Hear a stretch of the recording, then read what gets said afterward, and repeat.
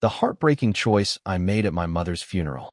Before we begin the story, make sure to subscribe to our channel and never miss more incredible stories every day. My mother's envelope felt heavier than the casket beside me. It had my name in her writing, small, careful, a nurse's script that never wasted ink. The chapel air tastes like old wood and carnations. The organist warms up the hymn Mom hated, but requested anyway, because people need something familiar. I'm Rowan, 30, a hospice nurse fluent in pain's quiet language. My work trained me to stand inside storms and choose the kindest door. That's why the envelope scares me. On the front she wrote, "Read when it matters." Under the tape, I can feel the shape of a USB and something rigid, maybe a notarized letter. Pastor Ellis keeps glancing at the program like it might bite. The eulogy is 5 minutes away. Grief is heavy, but secrets way meaner. Mom taught me that while we changed dressings in the living room and talked about grocery lists and goodbyes, she swore she'd leave things tidy. She also knew our family's talent for polishing rot. Last week in the hospice room, while the oxygen hissed steady, she squeezed my fingers. "If you have to choose between quiet and truth," she said, "say it clean." I promised her. I am not sure what I promised to say. Casey, my older sibling, handles anything that needs a clipboard and a fixed smile. Aunt Ruth handles anything that needs memory and a spine. Both sit in the front pew, flanking the casket like opposite weather systems. I sit between them with the envelope warming on my lap. The funeral director leans in.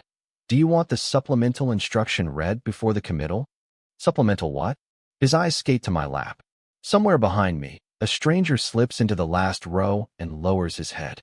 The florist asks about Mom's silver swallow brooch for the wreath ribbon. Casey was wearing it earlier. Now it's gone. My phone blinks. Unknown number. "Please do not begin until I arrive. P. Patel." Lawyer Patel? We haven't spoken since Mom revised her will last winter. My heartbeat smacks like palms on a pew. The envelope waits like a live thing. I slide my thumb under the seal and hear paper crack. Before the funeral, I tried to rehearse grief the way I rehearse difficult conversations at work. It never fits right. Mom and I were a team of two for years after Dad left. Her double shifts, my homework on the break room floor, the quiet jokes we saved for bus rides home.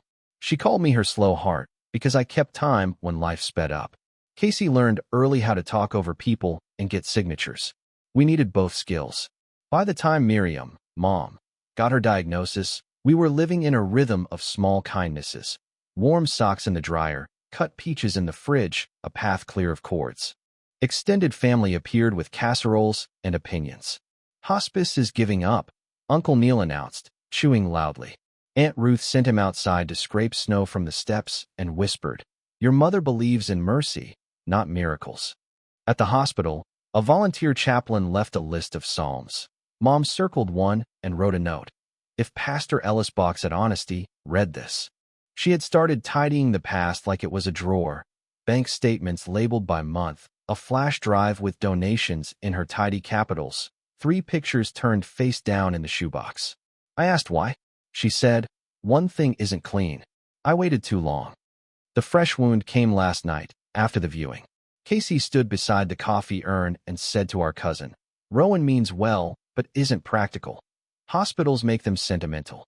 The word sentimental tasted like a sneer. I reminded Casey who changed Mom's dressings, who slept on the cot at Sinai, who rotated the clock so morning would find her gently. Casey rolled their eyes and said, "Today isn't about your job. It's about appearances." Mom always hated that word when it meant lying. I wanted to tell Casey about the envelope then, but she had a line of people to greet and a swallow brooch pinned high, shining like a dare. Now, in the chapel's dim, I remember the hospice talk from Thursday night. Mom had been lucid, voice low. "I won't let them bury what hurt others," she said. "If I misstepped, fix it. If I was used, fix it." I said, "What if it ruins today?" She said, "Then it saves tomorrow." Her certainty terrifies me and steadies me. From the last row, the stranger exhales like someone who has been holding air for years.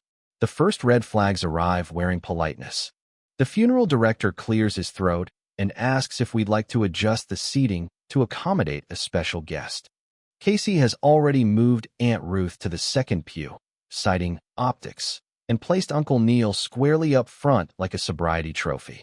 On the memory table, Mom's recipe box sits at a perfect angle, but the silver swallow brooch that should nest beside her photo is missing. I search the drawer under the guest book, find nothing but pins and a linty mitt. A man I don't recognize lingers near the exit with a damp hat in his hands, his gaze moving between me and the casket. Do we know him? I whisper. Aunt Ruth says, we owe him, which is unhelpful and very her. Pastor Ellis steps over. He's kind, mid-50s, the sort who keeps tissues in his sleeve. He leans down and says, Rowan, there is a note in the file labeled Supplemental Instruction, Miriam, to be read upon verification. The word verification hums. Verified how? I ask. He shrugs toward the front office. My phone buzzes again. Please wait. En route. P. Patel. I text back, who are you to us? He replies, your mother's attorney since December. I try to recall December. Snow, soup. The day Mom cried listening to Casey practice a public thank you for donations that never reached the hospice fund. A volunteer wheels out a rack of extra programs. The order of service lists a solo by a choir member Mom adored, and, oddly, a space simply titled Statement. Casey sees it and snaps. We can skip that. The director says it's paid for and required. We walk to the office. The director unlocks a drawer and produces a sealed envelope pre-stamped with today's date and Mom's patient ID from Sinai. On the outside, to be opened by Rowan only, in presence of clergy or counsel. Then I should be there, says a voice behind us. The stranger with the damp hat steps forward, removes it, and sets it on his heart. Aunt Ruth stiffens like someone recognizing an old song. Name? Casey asks, voice crisp. Later, he says, eyes on me. The director, flustered, looks from the clock to the sanctuary doors. My hand tightens around Mom's envelope until the paper sighs. The word verification keeps humming in my head like a fluorescent light that won't die. We open the office door to find Pastor Ellis already reading the outer letter like it might bite. He clears his throat. Rowan, this says the addendum contains instructions that may alter the service order. It requests counsel present. As if conjured by ink, a woman in a wool coat appears in the doorway and flashes a card. Priya Patel. Yescu, she isn't the man from the back row. I apologize for the delay, she says. Weather and a wrong turn. She nods to the hovering director. We can do this in 2 minutes if we stop narrating. Casey bristles. Nothing is changing the order. Mom wanted dignity. Patel meets Casey's eyes. Miriam defined dignity as truth in her December directive. She produces a small recorder. For the record, present are Rowan, Casey, Aunt Ruth, Pastor Ellis, and myself. She gestures. Rowan, the USB? I slide it from the envelope. The plastic is warm from my hand. Patel plugs it into a laptop, opens a folder labeled Swallow. Inside, an audio file time-stamped last Tuesday 9/14 and PDFs, notarized letter, bank slips, donation ledger scans. My mouth tastes like pennies. Pastor Ellis whispers a psalm under his breath. We play the audio. Mom's voice enters the room like a steady light. If you're hearing this, kiddo, I failed at finishing in time. You know the swallow, my brooch. It isn't a keepsake. It belongs to someone I wronged by silence. There is money collected in my name for a hospice fund that never landed where it should. I signed things I didn't understand because I trusted family. I'm asking you to place the brooch and read the letter before burial. Aunt Ruth closes her eyes. Casey's jaw flexes. Patel scrolls through the PDFs, fingers still. The ledger shows donations moved into an account with Uncle Neil as signatory, then administrative fees, then withdrawals marked cashier's check. The dates line up with Mom's last public thanks at church. This will not happen during her funeral, Casey says, voice shaking. We address it privately. Patel answers softly. The directive says during the service, before committal. Ellis looks at me like a boy handed a live wire. The clock in the hallway strikes the hour. The mic on the pulpit crackles once, then dies without warning. We walk back toward the chapel with 2 timelines braided inside me. The service people expect, and the reckoning Mom asked for. Aunt Ruth touches my elbow. Your mother wore that swallow the day she made me promise to stop apologizing, she says. She said flight can be a kind of return. Casey steps in front of us. Rowan, I'm begging you. No drama. We can fix anything after. I say, it's not drama to return money and tell the truth. Casey's eyes go shiny and hard. You think this is about money? It's about humiliating us. Uncle Neil will explode. The church will talk for years. You'll destroy the memory we're trying to keep. I look at the casket. The satin reflects light like water at dusk. I hear Mom laughing at something small and silly. The time we found a potato shaped like a heart. She taught me to comfort strangers, to change sheets without waking pain, to sit through someone's worst day without flinching. She did not teach me how to bow to a bully for the sake of quiet. Pastor Ellis edges up. We can add the statement after the second hymn. He says carefully. If it becomes heated, we pause and pray. Patel says. Or we read the notarized letter graveside, with fewer ears. Aunt Ruth says, truth doesn't improve outdoors. From the second row, Uncle Neil pretends not to watch us. He wears a new suit with the satisfaction of a man rehearsing condolences in a mirror. His wife rubs his shoulder like he won a game. The choir begins the hymn. People rise. Tissue rustles like leaves. I think of the ledger entries, dates, amounts, cashier's checks. I think of the swallow brooch gone missing from the wreath. Casey's hand lands on mine. Please, she whispers. Mom loved harmony. She wouldn't want a scene. My voice comes out steadier than I feel.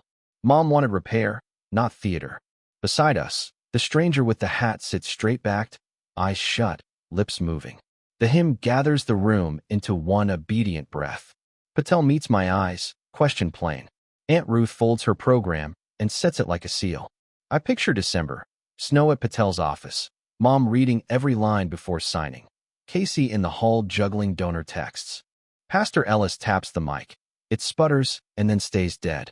The choir stops mid-note as Uncle Neil stands and starts walking.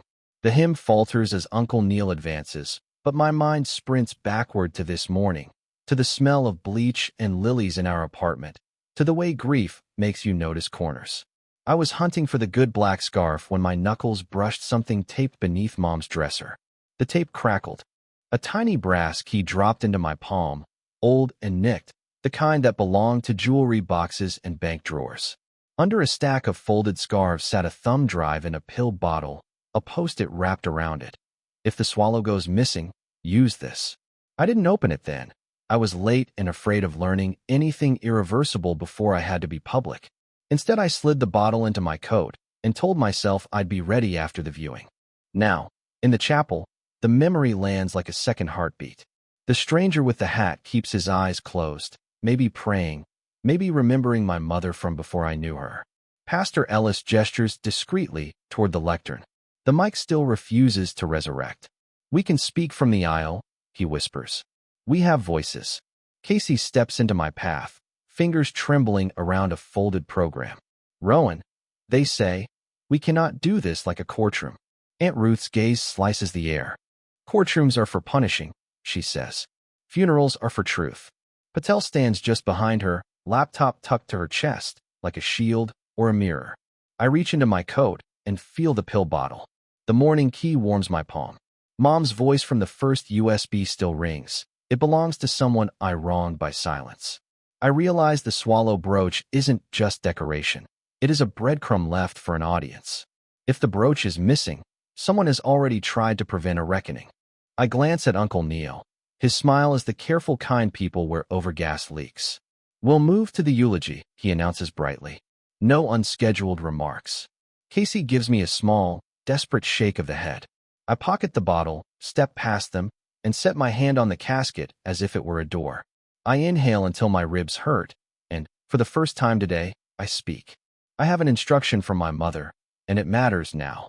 Please be brief, Uncle Neil says, smile tight. People are grieving.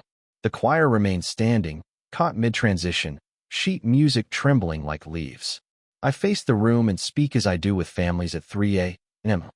Plain and slow. My mother left a directive, I say. She asked me to read it when it mattered. It's about money donated in her name, and about a piece of jewelry many of you have seen. A murmur runs through the pews, soft as surf. Patel steps forward with the laptop. I can authenticate dates, she says. Pastor Ellis nods, voice steady. Let us witness and then continue. Casey sinks into the pew, hands pressed white. I read the notarized letter. Miriam's handwriting is stern and tender at once. She thanks the community for their generosity, lists dates, January 9th, February 14th, March 3rd. Amounts: $1, $250, $900, $2,700, and specifies the intended target, Sinai Hospice Patient Comfort Fund. She names the church donation coordinator who logged receipts and Uncle Neil as signatory on the temporary holding account. She notes cashier's checks drawn to M. Care Services LLC, an entity with no hospice license. I allowed fear of confrontation to make me complicit, her letter says. Return what can be returned. Name what must be named. The swallow belongs to whom it was promised. I lift my eyes. The stranger has opened his. He looks like a man at the edge of a harbor he once swam. Patel displays scans, ledger columns, bank slips with crisp stamps, an email from the coordinator expressing confusion about the new routing. Aunt Ruth exhales like wind leaving a room. Dates match, Patel says. Amounts match. Uncle Neil's face reddens, then settles into offended concern. This is a misunderstanding, he says. Administrative consolidation. We were streamlining. Pastor Ellis turns toward him, pastoral but unblinking. Did the funds reach the hospice? He asks. Silence. My chest tightens. And the swallow? I ask. Casey stares at the floor as if it might open. The stranger stands, hat against his chest. I'm Gabriel Duarte, he says quietly. My mother, Estella, cleaned this church for 20 years. The swallow was promised to her as an apology. The room tilts. Apology for what? Casey whispers. Gabriel's mouth flinches like a scar remembering how to feel. I can tell you, Gabriel says, but someone else should admit it first. The air thins to the size of a straw. Uncle Neil's wife squeezes his elbow hard enough to make rings sing. Sit, she hisses. He doesn't. He's the kind of man who thinks posture is a form of innocence. This is predatory grandstanding, he declares, voice booming without a mic. Miriam adored me like a brother. Aunt Ruth barks a laugh that turns heads. She adored you until you taught her silence, she says. Casey flinches. I look at Gabriel. His eyes are steady wells. Say it in your own words. I tell him. He nods. My mother was undocumented when I was a kid, Gabriel says, voice even. She cleaned this church at night. When the youth group needed a van, she donated half her savings in cash. A leader told her she'd be remembered.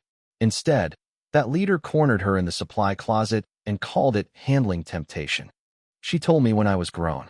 She never named him. She only kept a brooch your mother lent her the next day and said, I'm sorry I didn't stop it then. Aunt Ruth's hand finds mine. Uncle Neil starts to speak and stops, mouth open around a name he won't give. Patel lifts a printout. A police report never filed, a pastoral counseling note dated the week after the Youth Fund fundraiser, a donation ledger in Estella Duarte's handwriting. The addendum identifies a youth leader by initials, Patel says softly. NL. The congregation inhales in the same frightened key. I was a volunteer, Neil says. I had responsibilities. To protect, Ellis replies. Not to pray.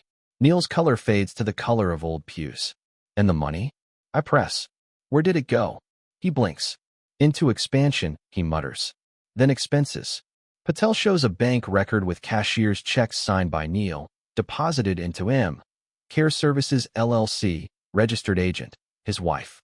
The swallow, Gabriel says, voice breaking for the first time, was my mother's proof that someone knew and cared. It disappeared the month she died. Casey covers their mouth. My stomach drops.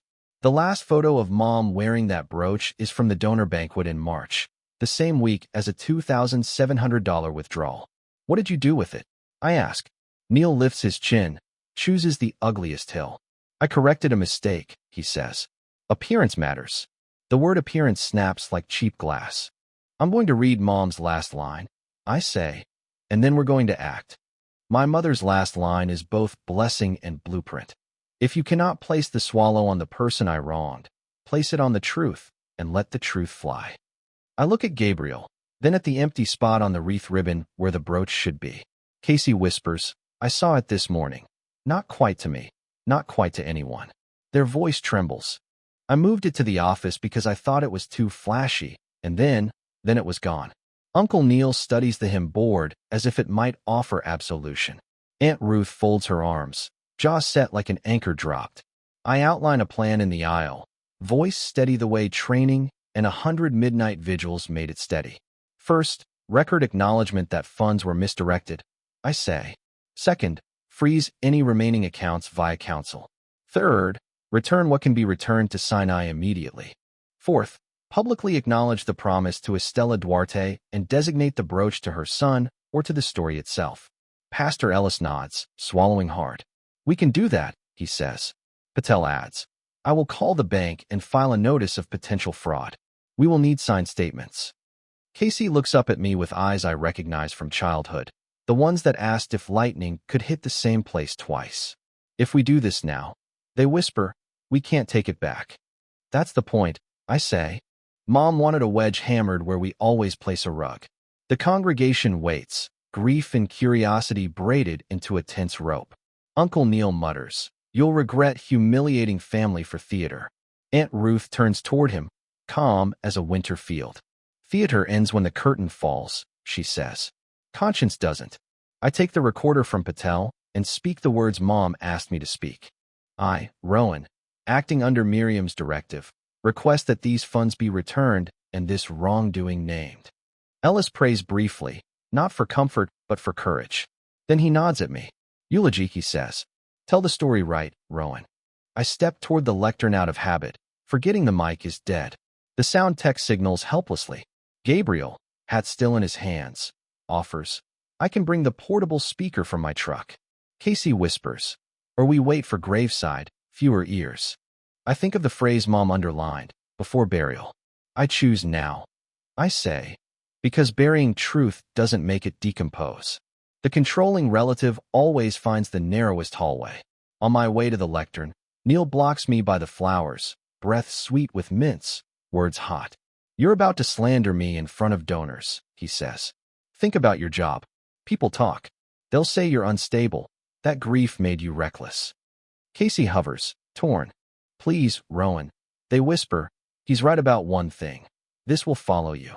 I think of the patients who have asked me to tell hard truths to their estranged spouses, of the nights I've signed my name beneath time of death and then held a stranger's hand until morning found them.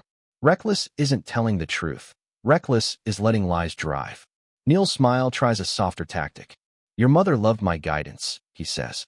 We built reputation. Aunt Ruth steps between us, not tall, but immovable.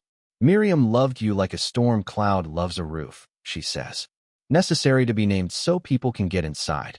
Patel stands behind her, phone to her ear. Bank compliance, she mouths, then adds aloud. I can put a temporary hold if a signatory consents. Neil? Silence. Ellis lifts a hand. We cannot delay this eulogy any longer. He looks at me, eyes damp but clear. Read her words, Rowan. The choir director, a woman with a voice like a ladder, whispers, speak up and I'll echo your cadence. I climb the steps, heart surfacing into my throat. I picture Mom peeling oranges on the bus, the knife small and sure. My mother asked me to set one thing right. I begin, lungs burning, voice big for the room. She asked me to tell the truth about money given in love and used in shadows, and to honor a promise made to a woman our church overlooked. The director stands at the back with her own phone's voice recorder held high, a human antenna. People lean forward. I read the dates, amounts, names. I read the initials, N, L, and do not euphemize. Neil's wife whispers defamation like a magic word. Patel replies, truth is a defense and the documents are in evidence. I finish with the line about the swallow and hear my voice shake, not with doubt, but with relief. Casey's shoulders drop, something unclenching miles below the skin. The room holds perfectly still, a lake waiting to see if the thrown stone will sink or sing. Neil takes one step toward me and opens his mouth too wide for the sentence that comes out. You always wanted to hurt me, Rowan, and now I'll hurt you back. The turning screw clicks when I spot the soundboard's cable unplugged and tucked under a hymn book. Sabotage, but small, the kind of petty that thinks itself clever. The tech shrugs helplessly, then fishes for the cable with shaking hands. I motion him still. We don't need it now. The moment has its own electricity. We move to the graveside after the hymn. Ellis announces, voice steady. Council will meet us there. Patel has already texted someone. Her phone lights up with a reply. Bank hold in place pending affidavits.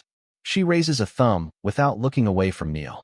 If you leave, she tells him softly, I'll request a judicial freeze by end of day. Neil stays. Bullies prefer rooms they think they can stage manage. I take Gabriel aside near the guest book. If we can't find the swallow, I say, I'll read Mom's promise and place something else in its stead. He nods, knuckles pale around his hat. She apologized to my mother with her eyes before words, he says. She meant it. Casey approaches, face blotchy, voice small.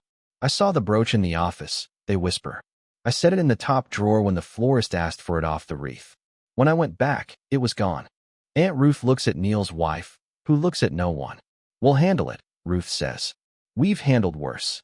The hymn rises again, this time less certain and somehow truer. People sing like they know this is the part of the story where we decide what ending we deserve.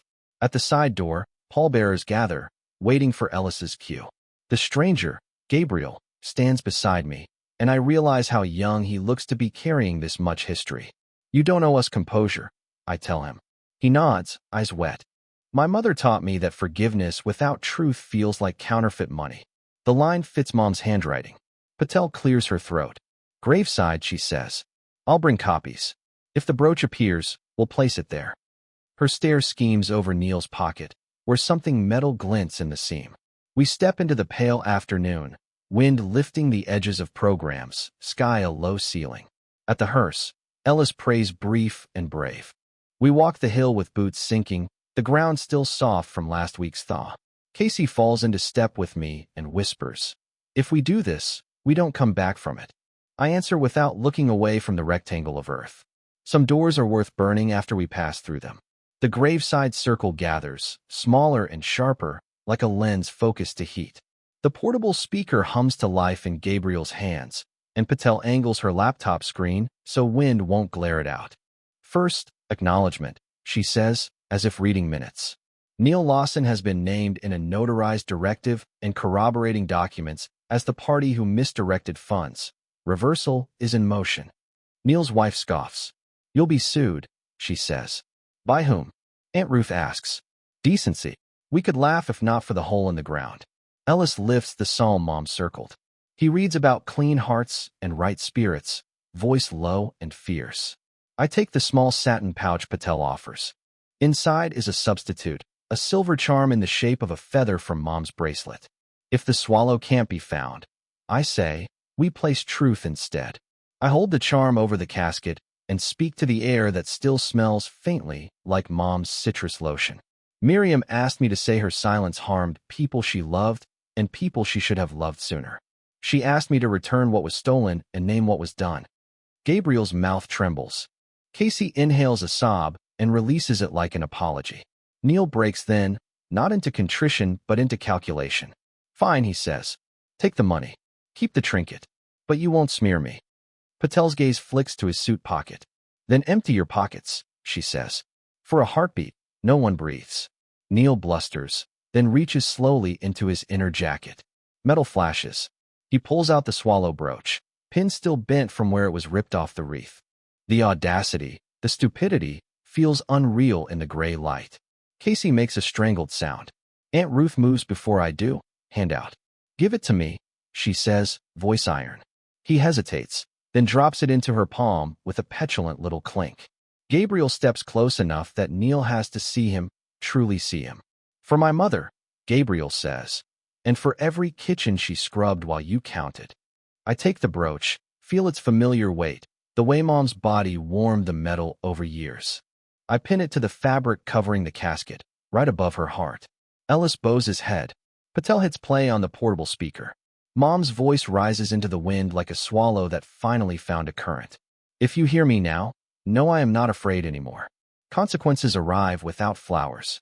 By the time we return to the chapel, Patel has 3 voicemails from the bank confirming the provisional hold and 1 from a reporter who somehow smelled drama through stone.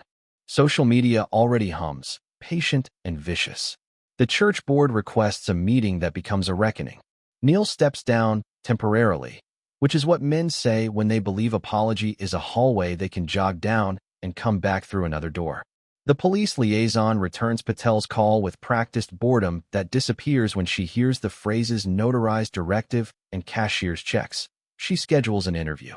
At work, a family recognizes me from a live stream someone uploaded and asks if I can still be trusted with their dying father. I remind them that keeping vigil and telling truth are kissing cousins. But the administrator still calls me in, eyes managerial with worry. "We support you," she says, "but keep your private drama off the clock."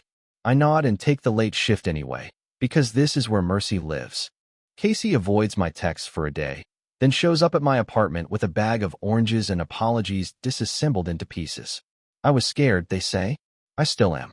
We put our fear on the table like a puzzle and try to find edges. Gabriel doesn't vanish after the graveside like some convenient symbol.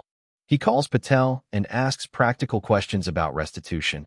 He brings a copy of his mother's donation record and a photo of Estella smiling in a church kitchen, sleeves rolled up, a swallow pinned high.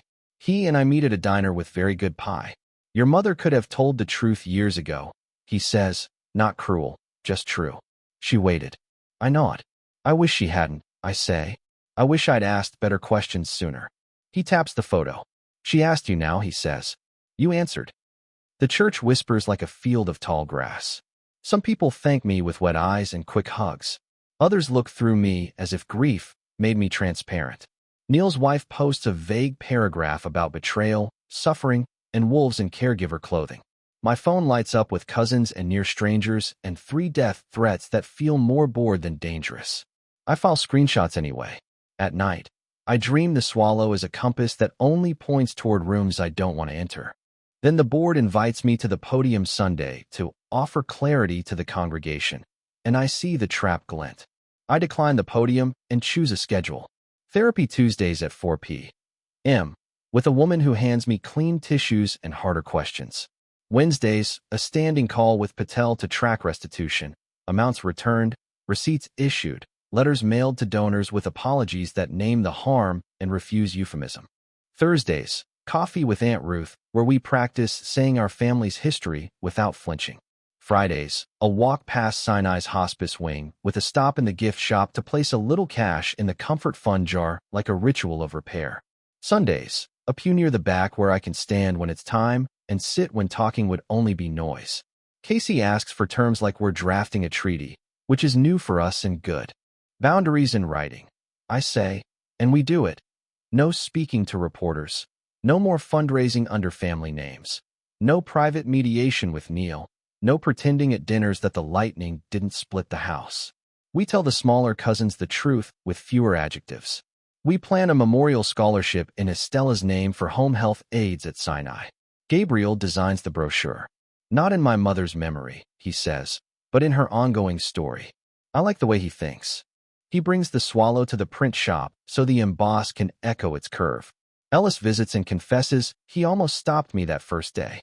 "I worried about spectacle," he says. "I asked myself if funerals should be safe." I pour tea and tell him the sentence Mom underlined about clean hearts. "Safe is good," I say. "Safe and honest is sacred." My job strains around the edges for a while. A son of a patient asks, "Aren't you the nurse who blew up a funeral?" I say, "I am the nurse who kept a promise." And then I adjust his father's pillows so he can see the window. The son blushes and thanks me. The world is messy and sometimes kind. When the police liaison calls to say charges may be filed if more evidence is found, I feel my stomach drop and lift at once. Justice is a clumsy dancer, but it still moves. Neil's lawyer sends a letter demanding I retract. Patel returns it with a packet of documents and a one-line note. We look forward to discovery. I sleep that night for 6 straight hours, the longest in weeks, and wake to sunrise the color of an unripe peach. That morning, an envelope arrives addressed in my mother's careful hand, and for a second I can't breathe. The postmark is 2 days before she died. Inside is not a confession, but a map. Miriam drew our block in pencil, the way she used to draw treasure hunts when we were kids. Next to the little square that is our apartment, she wrote, "You were always my slow heart. Thank you for keeping time." There's a sticky note with 3 instructions, equal parts gentle and fierce. 1. Don't let them make you smaller to fit their stories. 2. Make repair boring. Systems, receipts, reminders. 3. Keep one beautiful thing that isn't an apology. I sit at the kitchen table and cry the quiet way that leaves your throat sore. Then I pin the swallow brooch to a cork board above the bills, a compass that points to work, not drama. We established the Estela Duarte Fund at Sinai with the first return checks. We send letters to donors with dates, amounts, and a note. Your gift now rests where you intended. Gabriel speaks at the first award lunch, voice steady, eyes bright. Casey sits beside me and squeezes my hand once when he says, "Some truths arrive late, but they still arrive." Aunt Ruth brings an old photo of Mom laughing with Estella, sunlight turning dust into gold. Ellis prays not for silence, but for courage and repair. We leave the church quietly afterward, no podium, no cameras, just the feeling of shoes on ground we finally know. At home, I keep the bracelet charm in my pocket on hard days and leave the swallow on the board, visible, unmoving, a promise nailed to the mast. When grief presses, I cut oranges and watch the peel curl like a small road. I tell my patients' families what I wish someone had told us sooner. Love can require rupture. Rupture can lead to repair. Repair is decisions repeated, not words said once. Would I do the funeral the same way again? I ask myself on the anniversary. I remember the ledger columns, the fear in Casey's voice, Gabriel's hat clutched like prayer, my mother's words surfacing through wind. Yes, I would choose truth in front of flowers again. If you are holding an envelope that scares you, know this. Promises are heavier when we carry them alone.